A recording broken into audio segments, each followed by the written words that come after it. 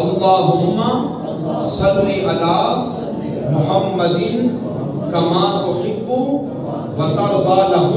اور رسول اللہ صلی اللہ تعالیٰ علیہ وسلم نے فرمایا قیامت والے دن میرے سب سے زیادہ قریب میرا وہ امتی ہوگا جو مجھ پر کثرت سے درود پاک پڑھنے والا ہوگا۔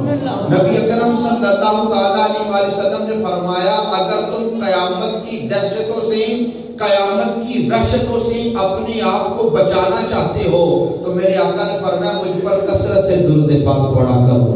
نبی اکرم صلی اللہ تعالیٰ علیہ وسلم نے فرمایا کہ جو بندہ مجھ پر درود پڑھنا بھول گیا وہ جنت کا رستہ بھول گیا۔ رسول اللہ صلی اللہ تعالیٰ علیہ وسلم نے فرمایا کہ میرا امتی جو مجھ پر درود پاک پڑھتا ہے اللہ تعالیٰ ایک مرتبہ درود پاک پڑھنے کی وجہ سے اس بندے پر 10 رحمتیں نازل کرتا ہے، 10 گناہوں کو مٹا دیتا ہے۔